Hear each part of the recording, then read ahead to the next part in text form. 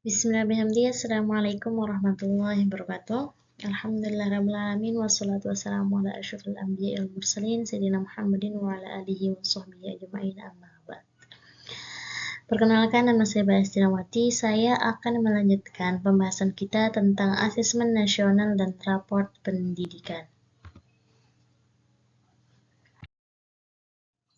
Asesmen kompetensi minimum merupakan penilaian kompetensi mendasar yang dilakukan oleh semua siswa untuk mampu mengembangkan kapasitas diri dan berpartisipasi positif pada masyarakat. Terdapat dua kompetensi mendasar yang diukur AKM, yaitu literasi membaca dan literasi matematika. Adapun literasi membaca didefinisikan sebagai kemampuan untuk memahami, menggunakan, mengevaluasi, merefleksikan berbagai jenis teks tertulis untuk mengembangkan kapasitas individu sebagai warga negara Indonesia dan warga negara dunia, serta untuk dapat berkontribusi secara produktif kepada masyarakat. Yang kedua yaitu literasi numerasi, adalah kemampuan berpikir menggunakan konsep, prosedur, fakta, dan alat matematika untuk menyelesaikan masalah sehari-hari pada berbagai jenis konteks yang relevan untuk individu sebagai warga Indonesia dan warga dunia.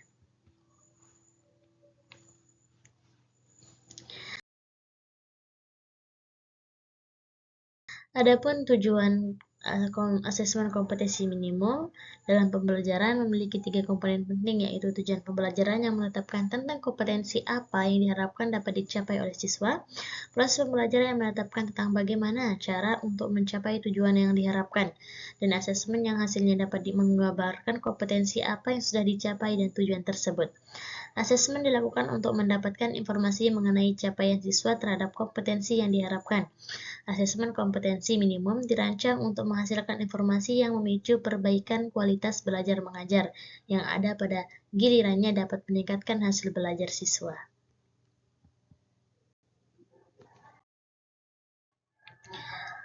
Asesmen survei karakter adalah asesmen yang dirancang untuk mengukur capaian peserta didik dari hasil belajar sosial, emosional berupa pilar karakter untuk mencetak profil pembelajar Pancasila.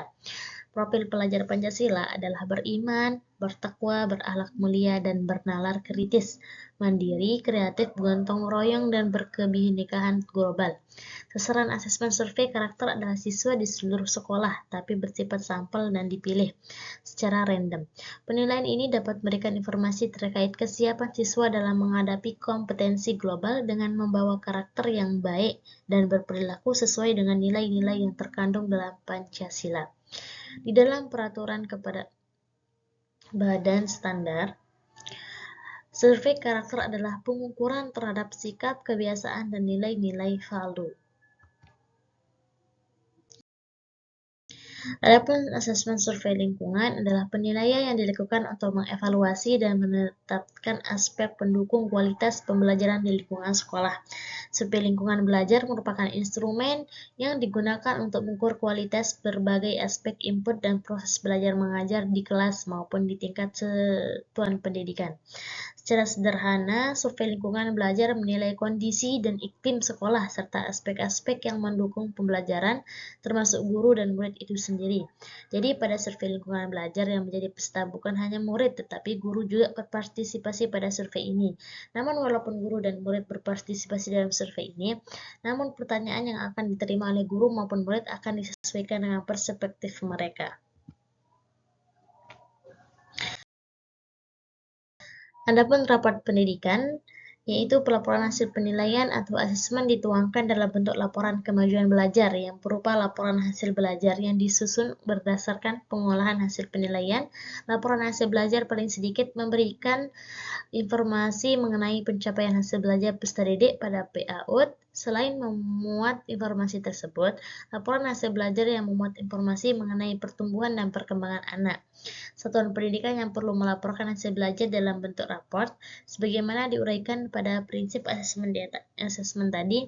Laporan hasil belajar hendaknya bersifat sederhana dan informatif, dapat memberikan informasi yang bermanfaat tentang kompetensi yang dicapai, serta strategi tindak lanjut bagi pendidik, satuan pendidikan, dan orang tua untuk mendukung capaian pembelajaran.